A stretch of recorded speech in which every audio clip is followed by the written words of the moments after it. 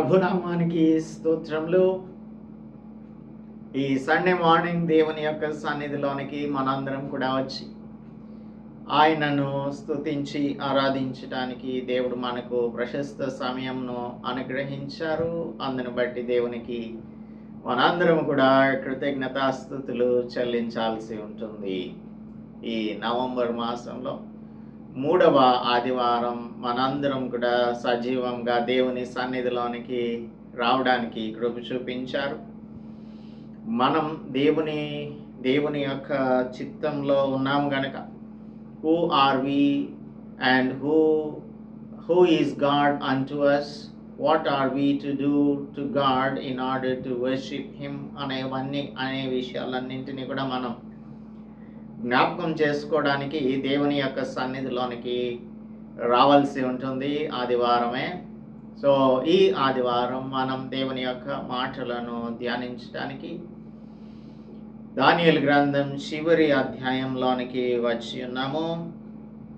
ఆయన కాలములను సమయములను మార్చువాడు, వివేకులకు వివేకమును, జ్ఞానులకు జ్ఞానమును అనుగ్రహించువాడు గనుక ఆయన మరుగు మాటలను మర్మములను బయలుపరుస్తాడు అని ప్రవక్త అయిన దానియేలు 2వ అధ్యాయంలో చెప్తూ ఉన్నారు. అలాగే అంధకారంలోని సంగతులన్నీ కూడా ఆయనకు తెలుసు. వెలుగు యొక్క నివాస స్థలం ఆయన యొద్ద ఉన్నది అని దానియేలు అంటూ ఉన్నాడు. సో వివేకులకు వివేకము, జ్ఞానులకు జ్ఞానమును అనుగ్రహించు మన దేవునికి మనము ఎల్లప్పుడూ కూడా కృతజ్ఞులమై జీవించాల్సి ఉంటుంది. ముందుగా ప్రార్థనతో దేవుని యొక్క మాటలను మనం ధ్యానం చేసుకుందాం. We are in the 12th chapter of the book of Daniel. We have come to the conclusion of the book. So ఈ గ్రంథం యొక్క ముగింపు నాకు వచ్చి ఉన్నాం. దేవుని సహాయంతో మనం ఆయన మాటలను ధ్యానం చేద్దాం. Let us pray. పరిశుద్ధుడా, మా ప్రియ ప్రభువా, మా దేవ, అంధకారంలోని సంగతులన్నీ కూడా మీకు తెలుసు. మరుగు మాటలను మర్మములను మీరే మాకు బయలుపరచవలసి ఉంటుంది తండ్రి. ఈ ఎస్కెటలాజికల్ థింగ్స్, ఎండ్ టైమ్స్కి సంబంధించిన విషయాలు దానియేలు గ్రంథంలో మేము ధ్యానం చేయడానికి ఇంతవరకు కూడా మాకు కృప చూపించారు.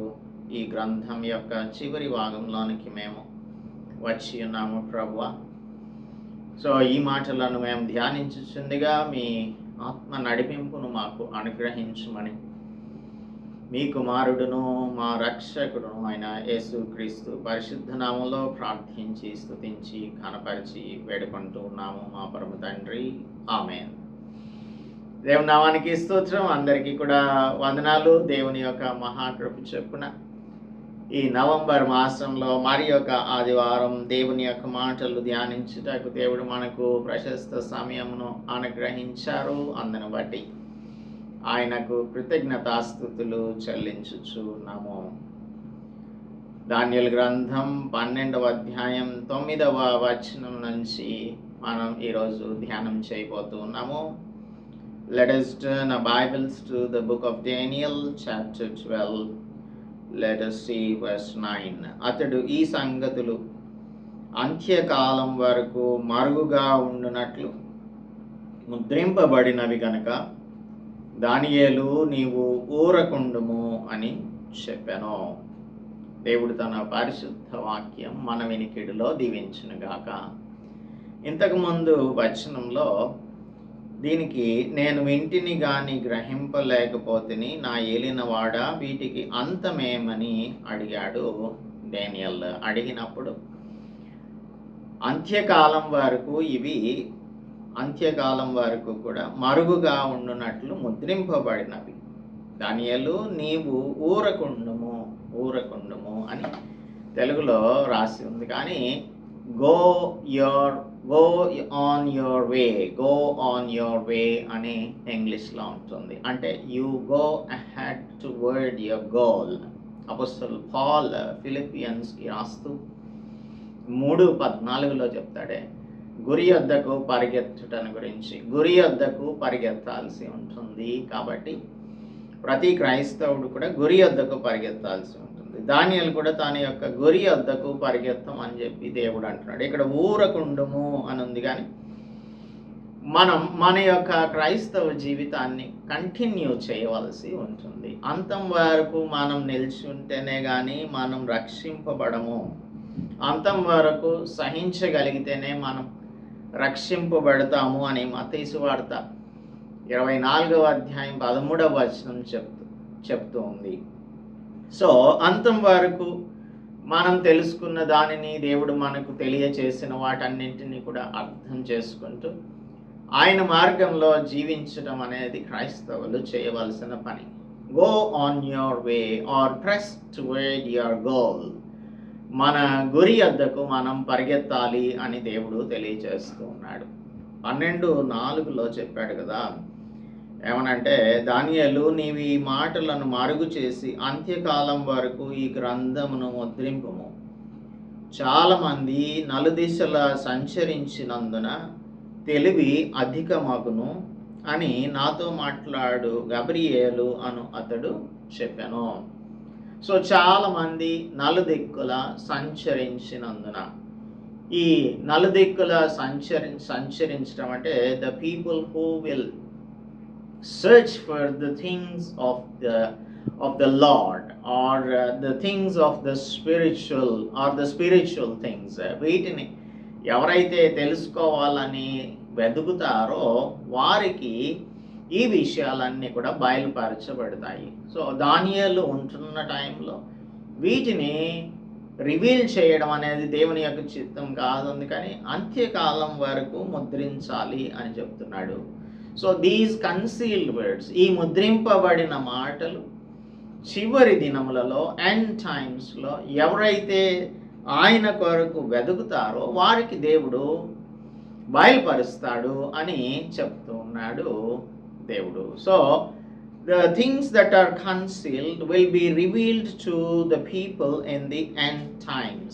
చివరి దినాలలో, అంత్య దినాలలో వీటిని దేవుడు బయలుపరుస్తాడు. జకర్యా గ్రంథం 12వ అధ్యాయం 10వ వచనంలో 12:10లో దావీదు సంతతి వారి మీదను యెరూషలేము నివాసుల మీదను కరుణ నొందించు ఆత్మను విజ్ఞాపన చేయు ఆత్మను నేను కుమ్మరింపగా వారు తాము పొడిచిన నా మీద దృష్టి ఉంచి ఒకడు తన ఏక కుమారుని విషయమై దుఃఖించున్నట్లు, తమ జ్యేష్ఠ పుత్రుని విషయమై ఒకడు ప్రలాపించున్నట్లు అతని విషయమై దుఃఖించుచు ప్రలాపించురు అని ఇక్కడ ప్రవక్త ద్వారా తెలియజేసిన మాటలు ఎవరి గురించి అంటే యూదులను గురించి. దావీదు సంతతి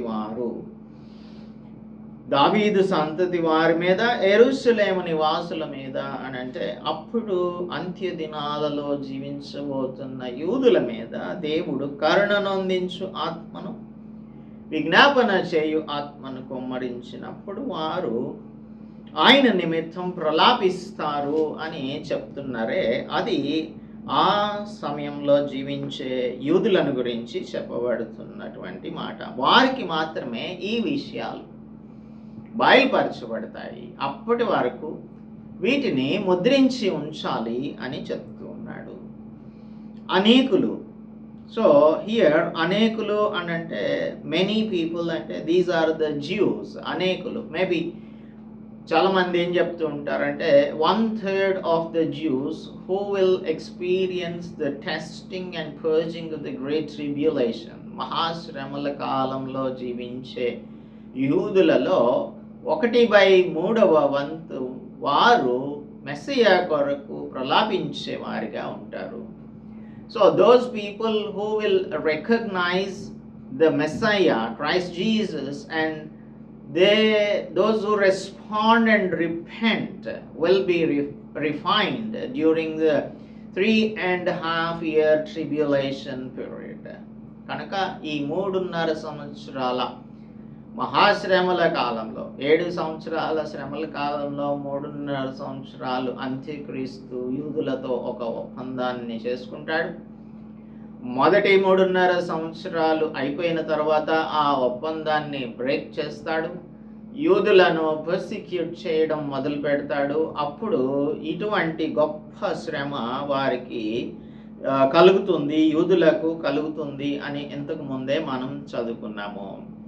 సో ఆ మహాశ్రమల కాలంలో 3వ వంతు యూదులు, అప్పుడు జీవించి ఉండే 3వ వంతు యూదులు, వారు they will be purged, purified and refined. అనేకులు తమ్మును శుద్ధిపరచుకొని ప్రకాశమానులను నిర్మలులను అగుదురు. శుద్ధిపరచుకుంటారు, ప్రకాశమానులుగా ఉంటారు, నిర్మలులుగా అవుతారు. They will B purged, purified and refined finally అని ఇక్కడ చెప్పబడుతుంది.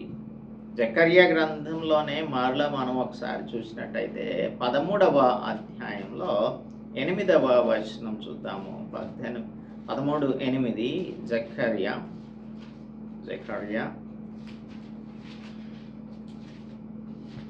13వ అధ్యాయం 8వ వచనం చూద్దాం. 13:8 దేశమందంతట జనులలో 2 భాగముల వారు తెగవేయబడి చత్తురు, 3వ భాగం వారు శేషింతురు. ఈ 3వ భాగమును నేను అగ్నిలో నుండి వెండిని తీసి శుద్ధిపరచునట్లు శుద్ధిపరతును. ఈ 3వ భాగం, 2 భాగాల వారు చచ్చిపోతారు. అయితే మూడవ భాగమును నేను అగ్నిలో నుండి వెండిని తీసి శుద్ధిపరచినట్లు శుద్ధిపరతును. బంగారమును శోధించినట్లు వారిని శోధింతును. వారు నా నామమును బట్టి మొరపెట్టగా నేను వారి మొరను ఆలకింతును. వీరు నా జనులు అని నేను చెప్పుదును, యెహోవా మా దేవుడు అని వారు చెప్పుదురు. ఇది జరగబోయేటువంటి సంగతిని దానియేలు ఇక్కడ చెప్తూ ఉన్నాడే. అనేకులు తమ్మును శుద్ధిపరచుకుంటారు అంటే ఈ 1/3 of the juice who will be living during the great tribulation will be purified, purged and refined. వెండిని నిర్మలం చేసిన రీతిగా they will be purged. Ezekiel గ్రంథం 20వ అధ్యాయం 34 నుంచి 38 వరకు చూస్తే ఎజెకియల్ చాప్టర్ 20 20వ అధ్యాయం చూద్దాం. ఎహెజ్కేలు గ్రంథం 20వ అధ్యాయం 34 నుంచి 38 వరకు. మరియు నేను రౌద్రమును కుమ్మరించుచు బాహుబలంతో చాచిన చేతితో మిమ్మును చెదరగొట్టిన ఆయా దేశంలో నుండి జనుల నుండి నేను మిమ్మును సమకూర్చి జనములున్న అరణ్యంలోనికి మిమ్మును రప్పించి అక్కడ ముఖాముఖిగా మీతో వ్యాజ్యమాడెదను. ఇదే యెహోవా వాక్కు. ఐగుప్తీయుల దేశపు అరణ్యంలో నేను మీ పితరులతో వ్యాజ్యమాడినట్టు మీతోనూ వ్యాజ్యమాడెదను. ఇదే ప్రభువైన యెహోవా వాక్కు. చేతి కర్ర క్రింద మిమ్మును దాటించి నిబంధనకు లోబరచెదను. మరియు నా మీద తిరుగుబడు వారి దోషం చేయవారిని మీలో ఉండకుండా ప్రత్యేకించెదను. తాము కాపురమున్న దేశంలో నుండి వారిని రప్పించెదను. కానీ నేను యెహోవానని మీరు తెలుసుకొనున్నట్లు ఇశ్రాయేలు దేశంలో ప్రవేశింపరు అని ఇక్కడ ఈ ఇజ్రాయెల్ని గురించినటువంటి గ్రేట్ ట్రిబ్యులేషన్ టైంలో జరగబోయేటువంటి విషయాలు, దే విల్ బి పర్జ్డ్ అనే విషయాన్ని ఇక్కడ చెప్తూ ఉన్నాడు. They will be purged. అలాగే యెషయా గ్రంథంలో 1వ అధ్యాయం 18వ వచనం చూసినట్టయితే, రండి మన వివాదం తీర్చుకుందాము. రండి, యెహోవా ఈ మాట సెలవిచ్చుచున్నాడు, రండి మన వివాదం తీర్చుకుందాము. మీ పాపములు రక్తం వలె ఎర్రనివైనను అవి హిమము వలె తెల్లబడును. కెంపు వలె ఎర్రనివైనను అవి గోరెబొచ్చు వలె తెల్లనివగును అని అంటున్నాడు కదా. So they will be purified. The scarlet sinners will be purified or will be made white అనేది ప్యూరిఫికేషన్ గురించి చెప్తూ ఉన్నాడు. అలాగే రిఫైనింగ్ గురించి మనం చూసినట్టయితే ఒక మాట మలాకీ గ్రంథంలో నుంచి చూద్దాము. ఆయన ఆయన ఎలాంటి వాడు అని అంటే కంసాలి అగ్ని వంటి వాడు. కంసాలి అగ్ని వంటి వాడు. 3వ అధ్యాయం 2వ వచనం చివరి భాగంలో నుంచి చూద్దాము. ఆయన కంసాలి అగ్ని వంటి వాడు, చాకలి వాని సబ్బు వంటి వాడు, వెండిని శోధించి నిర్మలము చేయువాడైనట్లు కూర్చుని ఉండును. లేవీయులు నీతిని అనుసరించి యెహోవాకు నైవేద్యములు చేయునట్లు వెండి బంగారములను నిర్మలము చేయు రీతిని ఆయన వారిని నిర్మలులను చేయును.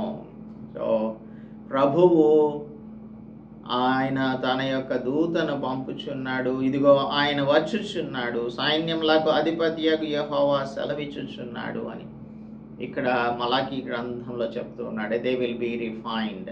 So God will use the trials and tribulation to refine his people. ఆయన బిడ్డలను ఆయన శుద్ధి చేయడానికి ఆయన శ్రమలను వారికి రప్పిస్తాడు. మహాశ్రమల కాలంలో వారు రిఫైన్ చేయబడతారు అని చెప్తూ ఉన్నాడు. దుష్టులు దుష్ట కార్యములు చేయుదురు గనుక ఏ దుష్టుడును ఈ సంగతులను గ్రహింపలేకపోవును కానీ బుద్ధిమంతులు గ్రహించెదరు. 22వ అధ్యాయంలో ప్రకటన గ్రంథంలో ఇంకా దుష్టుడు తన యొక్క దుష్టత్వంలోనే ఉండాలి, అపవిత్రుడు ఇంకా అపవిత్రతలోనే ఉంటాడు అని 22:11 చెప్తూ ఉంది. చూడండి, ప్రకటన గ్రంథం 22:11. అన్యాయం చేయవాడు ఇంకను అన్యాయమే చేయనిమ్ము, అపవిత్రుడైన వాడు ఇంకను అపవిత్రుడుగానే ఉండనిమ్ము, నీతిమంతుడు ఇంకను నీతిమంతుడుగానే ఉండనిమ్ము, పరిశుద్ధుడు ఇంకను పరిశుద్ధుడుగానే ఉండనిమ్ము.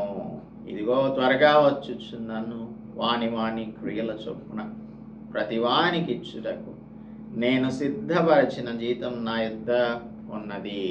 అయితే దుష్టులు దుష్టులుగానే ఉంటారు, అపవిత్రులు అపవిత్రులుగానే ఉంటారు, అన్యాయస్తులు అన్యాయస్తులుగానే ఉంటారు. కానీ పరిశుద్ధులు ఇంకా పరిశుద్ధులుగా, నీతిమంతులు ఇంకా నీతిమంతులుగానే ఉంటారు. బుద్ధిమంతులైన వారు మాత్రమే దేవుని యొక్క విషయాలను గ్రహించెదరు అని దానియేలు ద్వారా దేవుడు మనకు తెలియజేస్తున్నాడు. మనం బుద్ధిమంతులమైతే ఎలా ఉంటాము అనేది 3వ వచనం చెప్తుంది కదా. బుద్ధిమంతులైతే ఆకాశ మండలంలోని జ్యోతులను పోలిన వారై ప్రకాశించెదరు. నీతి మార్గం అనుసరించి నడుచుకున్నట్లు ఎవరు అనేకులను త్రిప్పుదురో వారు నక్షత్రము వలె నిరంతరము ప్రకాశించెదరు అని అంటున్నాడు. So the Lord has to give us understanding. He has given us understanding. First Johnలో 5:20లో ఏం చెప్తున్నాడంటే, భక్తుడైన యోహాను 1 యోహాను పత్రిక 5వ అధ్యాయం 20వ వచనం చూసినట్టయితే 1 John 5:20లో మనం సత్యవంతుడైన వానిని ఎరగవలెనని దేవుని కుమారుడు వచ్చి మనకు వివేకమును అనుగ్రహించి ఉన్నాడని ఎరుగుదము. మనము దేవుని కుమారుడైన యేసుక్రీస్తునందున్న వారమై సత్యవంతుని అందున్నాము. ఆయనే నిజమైన దేవుడును నిత్య జీవమును అయి ఉన్నాడు. సో ఆయనే నిజమైన దేవుడు, ఆయనే నిత్య జీవం అయి ఉన్నాడు అని, ఆయన మనలను తన వైపు ఆకర్షించుకున్నాడు అని, ఆయన మనకు వివేకం అనుగ్రహించడాన్ని బట్టే మనం దేవుని కుమారుని ఎరగగలిగాము అనేది మనందరికీ స్పష్టంగా తెలియజేస్తూ ఉంది దేవుని యొక్క వాక్యం. 11వ అధ్యాయం 33-35 వచనాలు చూసినట్టయితే, జనములలో బుద్ధిమంతులు అనేకులకు బోధించుదురు గాని వారు బహుదినములు ఖడ్గం వలన అగ్ని వలన కృంగి చెరపట్టబడి హింసించబడి దోచబడుదురు. జనములలో బుద్ధిమంతులు. సో మనం బుద్ధిమంతులం కాదా అనేది మనం దేవుని యొక్క వాక్యాన్ని చదివి దానిని అర్థం చేసుకొని ఇతరులకు బోధించగలిగే స్థితిలోనికి ఎదిగినప్పుడు మనకు అర్థమవుతుంది. అనేకులకు బోధిస్తారు, బోధించే వారిగా ఉంటారు. 35వ వచనం, నిర్ణయ కాలం ఇంకా రాలేదు కనుక అంత్యకాలం వరకు జనులను పరిశీలించుటకును పవిత్రపరచుటకును బుద్ధిమంతులలో కొందరు కూలుదురు. బుద్ధిమంతులలో కొందరు కూలుతారు. అయితే ఇది దేవుని యొక్క చిత్త ప్రకారంగా జరుగుతుంది. కాబట్టి మనం బుద్ధిమంతులుగా ఉండటానికి, జీవించటానికి మనం ప్రయత్నం చేయవలసి ఉంటుంది. దేవుని యొక్క సహాయంతో, మన సొంత శక్తితో కాదు. బుద్ధిమంతులు గ్రహిస్తారు. 11వ వచనం, అనుదిన బలి నిలుపు చేయబడిన కాలం మొదలుకొని నాశనము కలుగచేయు హేయమైన దానిని నిలవబెట్టు వరకు 1290 దినములు అగును. పైన 7వ వచనంలోనేమో 1260 రోజుల గురించి రాయబడి ఉంది. అనగా ఒక కాలములు అర్ధకాలం పరిశుద్ధ జనం యొక్క బలమును కొట్టివేయుట ముగింపబడగా అని ఉంది. అంటే 3.5 years. ఈ గ్రేట్ ట్రిబ్యులేషన్ పీరియడ్లో 7-year పీరియడ్లో 3.5 years మనం ఇది జాగ్రత్తగా అర్థం చేసుకోవాల్సి ఉంటుంది. ఫస్ట్ 3.5 years జ్యూస్తో ఒక ట్రీటీని చేసుకుంటాడు యాంటై క్రైస్ట్. ఆ 3.5 years అయిపోయిన తర్వాత ఆ ట్రీటీని బ్రేక్ చేస్తాడు. ఈ హేయకరమైనటువంటి కార్యములన్నీ కూడా చేస్తాడు అనేది ఇక్కడ రాయబడి ఉంది. ఇది 1260 రోజులు జరుగుతుంది.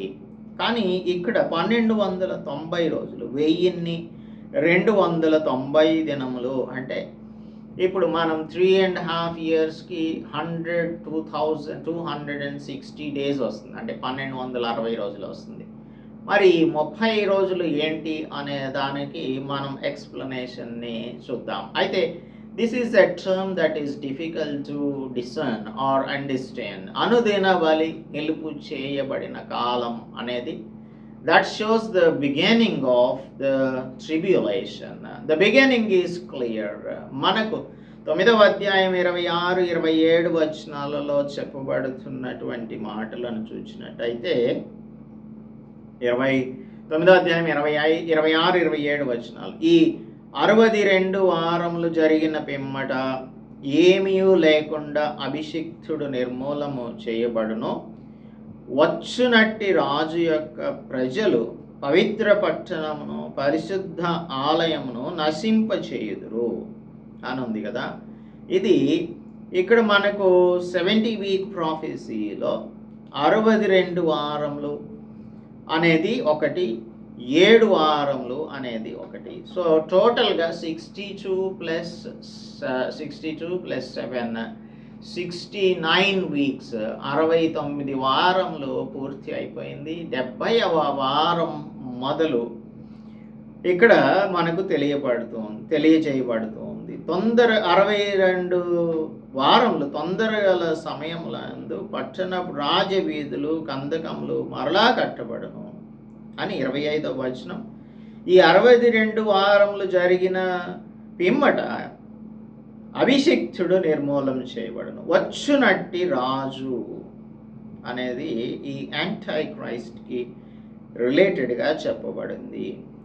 అతడు 1 వారం వరకు అనేకులకు నిబంధనను స్థిరపరచును.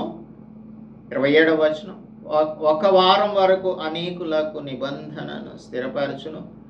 అర్ధవారమునకు బలిని నైవేద్యమును నిలిపివేయును. ఈ 70th వీక్లో అర్ధవారం అని ఉంది కదా. అర్ధవారం 1 వారమునకు నిబంధన చేస్తాడు. అంటే ఒక ట్రీటీ జరుగుతుంది యూదులతో. అయితే సగం దినాలు అయిపోయినప్పుడు అర్ధవారం నాకు బలిని నైవేద్యంను ఆపేస్తాడు. అంటే ఇప్పుడు యూదులు కట్టబోయేటువంటి నూతన ఆలయం ఉంది కదా, ఆ ఆలయంలో నాశనకరమైన హేయ వస్తువును అంత్యక్రీస్తు నిలుపుతాడు అనే దానిని మనకు తెలియజేస్తూ ఉన్నాడు.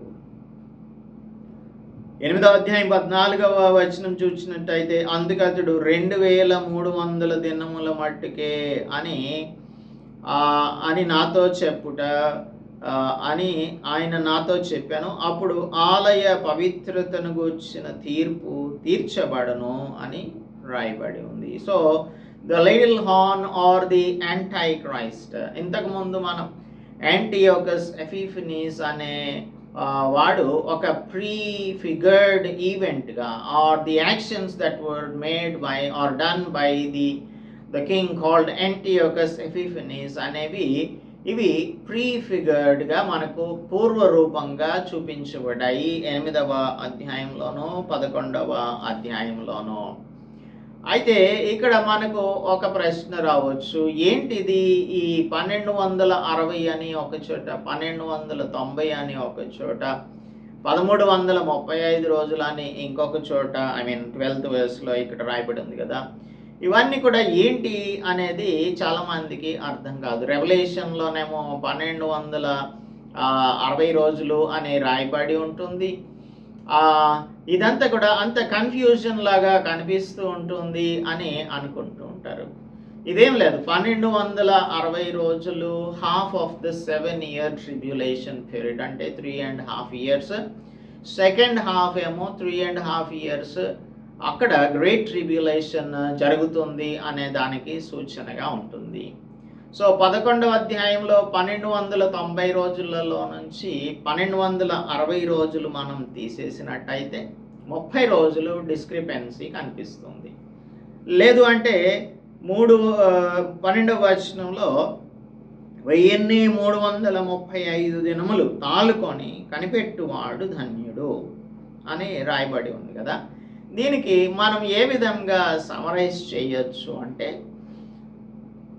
ర్యాప్చర్ జరిగిన తర్వాత అనగా దేవుని యొక్క సంఘం ఎత్తబడిన తర్వాత అంత్యక్రీస్తు ఈ ఇజ్రాయేలీయులతో, యూదులతో ఒక ఒప్పందాన్ని కుదుర్చుకుంటాడు. 1 వారం నాకు నిబంధన చేస్తాడు అని ఇప్పుడు మనం చదువుకున్నాం కదా. సో ఆ ఒప్పందం జరిగినప్పుడు అంత్యక్రీస్తును యూదులు నమ్ముతారు. సో ఇది 7 సంవత్సరాల శ్రమల కాలానికి సంబంధించినటువంటిది. ఆ మిడ్ పాయింట్లో అనగా 3.5 సంవత్సరాలు అర్ధవారం అయిపోయిన తర్వాత అంత్యక్రీస్తు ఈ నిబంధనను స్థిరపరచకుండా దానిని బ్రేక్ చేస్తాడు. బ్రేక్ చేసి ఆలయాన్ని అపవిత్రపరిచి యూదులను హింసించడం మొదలు పెడతాడు. అయితే ఈ ఎండ్ ఆఫ్ ద ట్రిబ్యులేషన్ పీరియడ్లో అనగా డిసెక్రేషన్ ఆఫ్ ద టెంపుల్ జరిగిన తర్వాత యేసు ప్రభువు భూలోకానికి వచ్చి ఈ అంత్యక్రీస్తు సేనలతో కూడా యుద్ధం చేస్తారు. యుద్ధం చేసినప్పుడు ఆ 1260 days అనగా the later part of the 70th week ఉంది కదా, 3.5 years, 7-year పీరియడ్లో 3.5 years ట్రీటీ జరుగుతుంది. 3.5 yearsలో నెక్స్ట్ 3.5 yearsలో పర్సిక్యూషన్. ఆ పర్సిక్యూషన్ అయిపోయిన తర్వాత యేసు ప్రభువు యుద్ధం చేయడానికి వస్తారు. ఆ తర్వాత ఇప్పుడు మనకు మొత్తం 45 రోజుల 75 రోజులు 30 + 45 రోజుల యొక్క డిస్క్రిపెన్సీ ఉంది కదా. 30 రోజులు నెక్స్ట్ 30 days ఉంది కదా. చాలామంది చెప్పేది ఏంటంటే ఇజ్రాయెల్ని మరలా పునర్నిర్మాణం చేసి ఎర్త్ని, భూలోకాన్ని రెస్టోర్ చేస్తారు యేసు ప్రభువు. ఈ యుద్ధం అయిపోయిన తర్వాత 30 దినాలలో Jerusalem and the temple will be restored and the whole earth will be restored. మరి ఈ మిగిలినటువంటి 45 దినములు ఉంది కదా, అనగా 75లో 30 ఇప్పుడు మనం చూసాం. 30 దినాలలో rebuilding of the Jerusalem and also the whole earth will be restored. ఆ తర్వాత 45 దినాలలో జడ్జ్మెంట్ ఉంది కదా. మనం చూస్తాము మత్తయి సువార్తలో 25వ అధ్యాయంలో మనం చూస్తాం కదా, యేసు ప్రభువు ఆ గొర్రెలను మేకలను వేరు చేయడాన్ని గురించి రాయబడి ఉంటుంది. అది ఈ 45 daysలో జరుగుతుంది అన్నమాట. So it will be done in the 45 days. 34వ వచనం చూద్దాం. 25-34 మత్తయి సువార్తలో. అప్పుడు రాజు తన కుడివైపున ఉన్న వారిని చూచి ఇంకొంచెం ముందు చూద్దాం 32. అప్పుడు సమస్త జనములు ఆయన ఎదుట పోగు చేయబడును.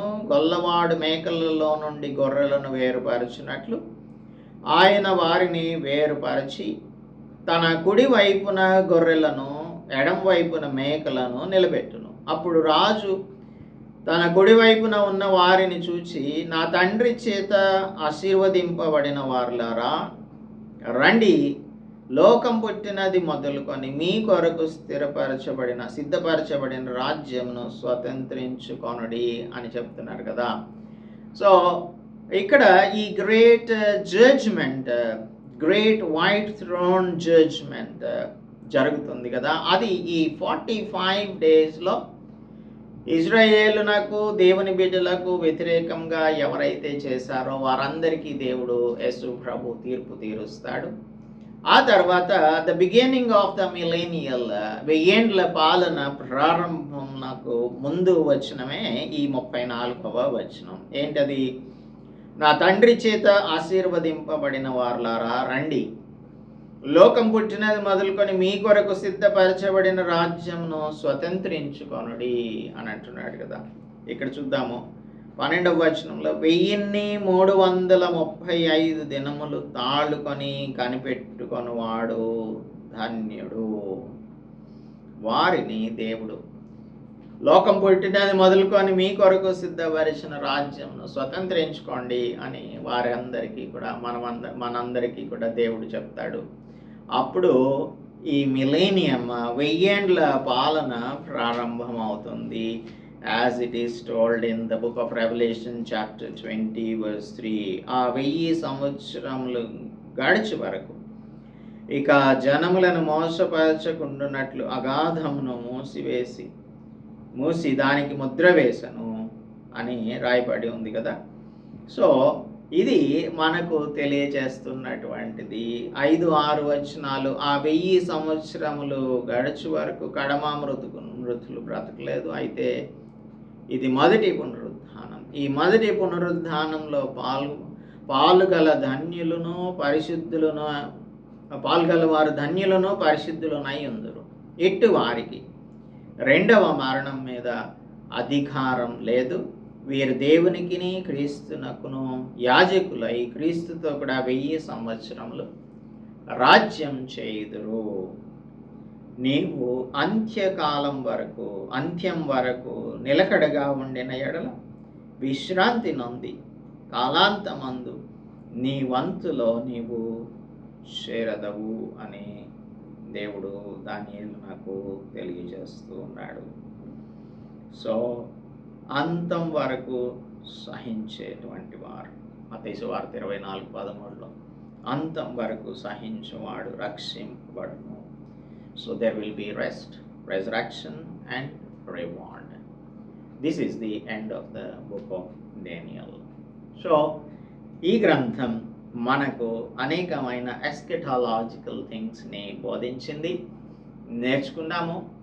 ఒకవేళ కనుక మీరు ఈ చివరి ఎపిసోడ్ని దానియేలు గ్రంథంలో చూస్తున్న వారైతే, దీనికి ముందు మనకు ఈ సండే మార్నింగ్ వర్షిప్ సర్వీస్లో ధ్యానం చేసినటువంటి ఆ ఎపిసోడ్స్ అన్నింటినీ కూడా వీక్షించండి.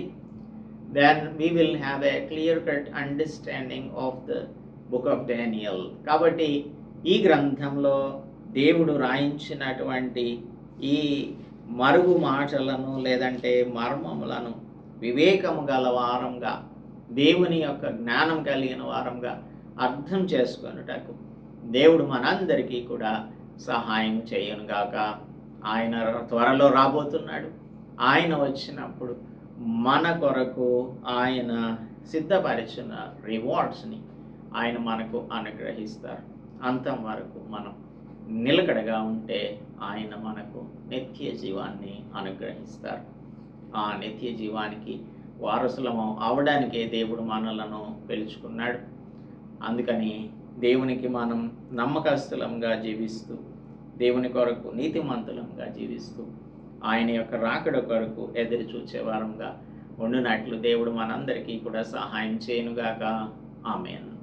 ప్రార్థించుకుందాం. పరిశుద్ధుడా, మా ప్రియ ప్రభువా, మా రక్షక, మీరు మమ్మలను నాయన యేసు క్రీస్తు ప్రభువుని గురించిన జ్ఞానం తెలుసుకొనున్నట్లుగా పరిశుద్ధాత్మని సహాయం ద్వారా మా యొక్క హృదయములను తెరిచారు, మా ఆత్మలను వెలిగించారు, మీ బిడ్డలుగా చేసుకున్నారు.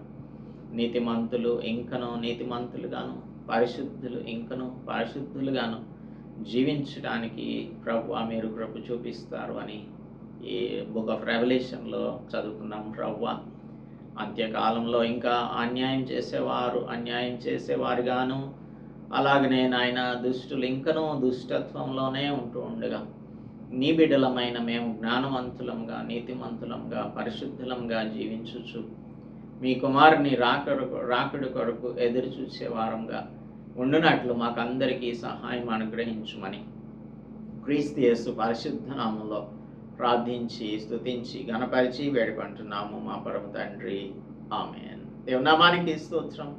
అందరికీ కూడా వందనాలు. మనం బుద్ధిమంతులంగా జీవితం అంతం వరకు సహించే వారంగా ఉన్నాం, తాళుకునే వారంగా ఉన్నాం. అనేకమైన బుద్ధిమంతులు నశించిపోతారు అని కూడా రాయబడి ఉంది. అయినప్పటికీ దేవుని కొరకు మనం జీవించినట్టయితే ఆకాశమందు మనం జ్యోతులుగా వెలిగించబడతాము, నక్షత్రముల వలె ప్రకాశమానులంగా ఉంటాము అని దానియేలు గ్రంథం చెప్తున్న రీతిగా దేవుడు మనకిచ్చిన వాగ్దానాలను మనం క్లెయిమ్ చేసుకుందాం. మన జీవితంలో ఆయన కొరకు జీవించుదాం. అందుకు దేవుడు మనందరికీ సహాయం చేయను గాక. ఆమేన్.